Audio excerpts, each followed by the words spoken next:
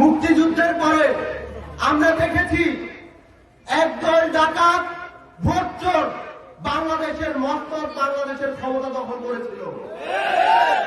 আমরা আবার দেখতে পাচ্ছি এই জুলাইয়ের শহীদের রক্তের বিনিময়ে যে বাংলাদেশ পেয়েছি, সেই বাংলাদেশকে দখল করার জন্য দুর্নীতিবাদরা মতো দাওয়া দিয়ে উঠেছে।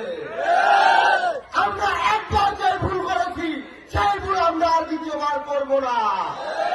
এই দেশকে আমরা আর দুর্নীতিবাদ চাঁদাবাজদের হাতে তুলে দেব না।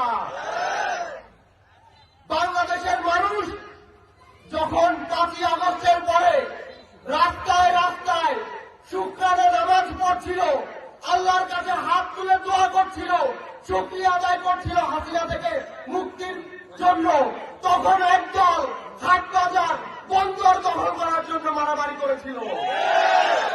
আমরা দেখেছি একদল কিভাবে শুধুমাত্র চাঁদার ভাগের জন্য নিজ দলের ২০০-র বেশি মানুষকে হত্যা করে ফেলেছিল। আমরা কি সেই দলকে বাংলাদেশের ক্ষমতায় বসতে দেখতে চাই? যদি আমরা এই ক্ষমতার কামড়া কামড়িয়া দেখতে না চাই, তাহলে গণভোটে আমরা হা দিব। আমরা সেই দলকে লাল কার্ড দিব। আমরা ১২ তারিখ এই দুর্নীতিবাদদেরকে বাংলাদেশের মানুষের থেকে আমরা শাপলা গলি এবং ১১ দলীয় জোটের যে মার্কা আছে, সে মার্কার ভোট দিয়ে তাদেরকে পরাজিত করব। আমরা দেখতে পাচ্ছি তাদের এখন আর আগের মতো সাহস নাই। তারা এখন বলে, আগে বলতো তারা নাকি ২০০-র বেশি আসন পাবে, ২৮০-র বেশি আসন পাবে। এখন তাদের গলা স্বর নরম হয়েছে। এখন তারা বলে ১১ দলীয় জোট নাকি ইলেকশন ইঞ্জিনিয়ারিং করবে। আমরা তাদেরকে বলে দিতে চাই, তোমরা যে ভয় পাচ্ছ, ভয় পাও, কারণ ১২ তারিখ এই দেশের মানুষ তোমাদের বিরুদ্ধে রায় দিবে। বাংলাদেশের মানুষ আর কোন চাঁদাবাজদের, দুর্নীতিবাজদেরকে দেখতে চায় না। তোমরা যে আমাদেরকে ফ্যামিলি কার্ডের লোক দেখাও, এই ফ্যামিলি কার্ড আমাদের লাগবে না। আমরা জানি এই ফ্যামিলি কার্ডের ২০০০ টাকার জন্য তুমি ১৫০০ টাকা চাঁদা নিবা। ওই চাঁদা দিয়ে ফ্যামিলি কার্ড আমরা লাগবে না।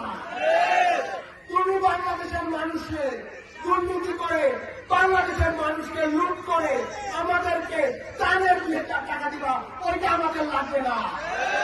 তুমি বাংলাদেশের মানুষের মৌলিক অধিকার নিশ্চিত করবা, এই কথার ওয়াদা করো। আগে তুমি ওয়াদা করো তোমার দল দুর্নীতি করবে না, চাঁদাবাজি করবে না। তুমি ওয়াদা করো তোমরা যে দুর্নীতিতে আগের বার তারা ৩ বার চ্যাম্পিয়ন হয়েছিল, সেইটা আর তোমরা করবা না। আমরা